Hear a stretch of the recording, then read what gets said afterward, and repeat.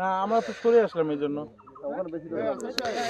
দক্ষিণাঞ্চলে তেল জাতীয় ফসল উৎপাদনে কিন্তু প্রতিনিয়ত আসলে কাজ করে যাচ্ছে কৃষি অধিদপ্তর, এবং আমরা এই মুহূর্তে আছি একটি কৃষকের যে ক্ষেত সেখানে, এবং আমরা কিন্তু দেখছি যে এখানে যে মাঠ দিবস, সেই মাঠ দিবস কিন্তু পালন হচ্ছে, এবং এই মাঠ দিবসে আমরা কিন্তু দেখছি যে পুরো ফসলের এই ক্ষেত জুড়ে কিন্তু বাড়ি সরিষা 18 চাষ করা হয়েছে, এবং এর মধ্য দিয়ে কিন্তু আসলে ভোজ্য তেলের দেশে যে সংকট, সেই সংকট অনেকটাই কাটিয়ে উঠে নিজেরা আত্মনির্ভর হতে পারবে।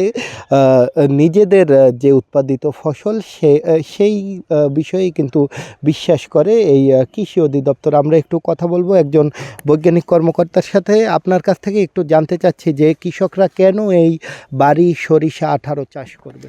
সেটা বাড়ি সরিষা 18 আমাদের কৃষি গবেষণা কেন্দ্র গাজীপুর থেকে সর্বশেষ রিলিজকৃত একটি জাত। এছাড়াও আরও 2টি নতুন জাত রিলিজ হয়েছে, একটা বাড়ি সরিষা 21 এবং বাড়ি সরিষা 20 এবং 21। বাড়ি সরিষা 18 হলো এটা আসলে উচ্চ ফলনশীল একটি জাত, এবং এটা ক্যানোলা টাইপ আমরা বলে থাকি। এখানে ইউরিক অ্যাসিড, আমরা যেটা বলি যে সরিষার তেলে ইউরিক অ্যাসিডের পরিমাণ বেশি থাকে নর্মাল যে অন্যান্য জাতের তেল আছে, বাট এখানে আপনার 1.6%। আর একটা ব্যাপার হলো আমাদের দক্ষিণ অঞ্চলে এই জাতটা খুবই উপযোগী, কারণ এই জন্য আমাদের এখানে যে আমন কাটার পরে যে লেট সময়টা, আমন কাটতে লেট হওয়ার কারণে আমাদের এখানে কর্দমাক্ত থাকে, যার কারণে আমরা প্রপার টাইমে আমরা সরিষা বপন করতে পারি না। তো সেক্ষেত্রে আমাদের এই বাড়ি সরিষা 18 জাতটি রিলে মানে 0 টিলেই যে আমরা সুইং করতে পারি, আমন ধান কাটার সাথে সাথে আমরা এটা বপন করে দিতে পারি। এক্ষেত্রে আমাদের 15 থেকে 20 দিনের একটা আমরা টাইম পাবো, যেটা আমার অন্য সরিষা জাতে সম্ভব না। এছাড়াও এটার ফলন বেশি, প্রায় 2.5 থেকে 3 টনের কাছাকাছি। পোকার আক্রমণ কেমন?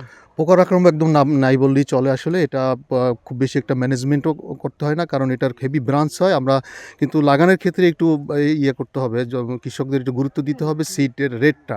সিড যদি বেশি ঘন হয়ে যায়, এটা আসলে শাখা প্রশাখা খুব বেশি হতে পারে না, যার কারণে ফলন কমে আসবে। এই জন্য পাতলা করে লাগাইতে হবে আর কি। আমরা একটু এই বিষয়ে আরও বিস্তারিত জানতে কথা বলবো যিনি মুখ্য বৈজ্ঞানিক কর্মকর্তার সাথে। আমরা একটু জানতেই চাচ্ছি যে এই যে বাড়ি সরিষা 18, এটি আসলে কৃষকদের কিভাবে উদ্বুদ্ধ করছেন চাষে, পাশাপাশি তাদেরকে কি কি সুযোগ সুবিধা দিচ্ছেন? বাংলাদেশ কৃষি গবেষণা ইউনিভার্সিটি থেকে উদ্ভাবিত বাড়ি সরিষা 18 এই দক্ষিণ অঞ্চলের জন্য, বিশেষ করে আমাদের জমি যেহেতু ফাঁকা দেরিতে হয়, সেই লেট একটা ভ্যারাইটি, যে ভ্যারাইটি আমরা জানি যে ইউরিক অ্যাসিড খুবই কম, যেটা আমাদের হার্টের জন্য খুবই উপকারী। এবং এই অঞ্চলে আমরা কৃষকদের উদ্বুদ্ধ করার জন্য আমরা ট্রেনিং দিয়েছি এবং আমরা মাঠ দিবস করি। সেক্ষেত্রে আমরা কৃষক যখন তারা জমি তৈরি করার সেই সময় আমরা তাদেরকে সার এবং কীটনাশক এবং বীজ এগুলো দিয়ে আমরা সহায়তা করতেছি, এবং সাথে সাথে কৃষকরা কিভাবে লাগাবে, কিভাবে সোয়িং করবে, কিভাবে এর রোগ পোকামাকড় দমন করব, এর উপরও আমরা তাদেরকে বিভিন্ন সময় ট্রেনিং দিয়ে থাকি। এবং কৃষকরা এভাবে উদ্বুদ্ধ হয় এই বরিশাল অঞ্চলে, বিশেষ করে বাবুগঞ্জ উপজেলায় অনেক জায়গা, যে জায়গায় কখনো এই সরিষাটা হতো না, সেই জায়গায় সরিষা উৎপাদন করতেছে। এবং এর মাধ্যমে আমরা বিদেশ থেকে যে লক্ষ লক্ষ কোটি কোটি টাকার যে আমরা এগুলো আনি, যে তেল আমদানি করতে হয়, সেক্ষেত্রে আমরা মাত্র 12 থেকে 14 ভাগ তেল আমরা উৎপাদন করতে পারি। তো আমাদের সেই উৎপাদন বাড়ানোর জন্য আমাদের একটা যে প্রকল্পের মাধ্যমে আমরা চাচ্ছি যে 40 ভাগ যেন এই উৎপাদন বাড়াতে পারি। সেক্ষেত্রে আমরা বাংলাদেশ কৃষি গবেষণা ইনস্টিটিউট তেল জাতীয় ফসলের এবং বাড়ি সরিষা 18 একটা বিরাট ভূমিকা রাখবে।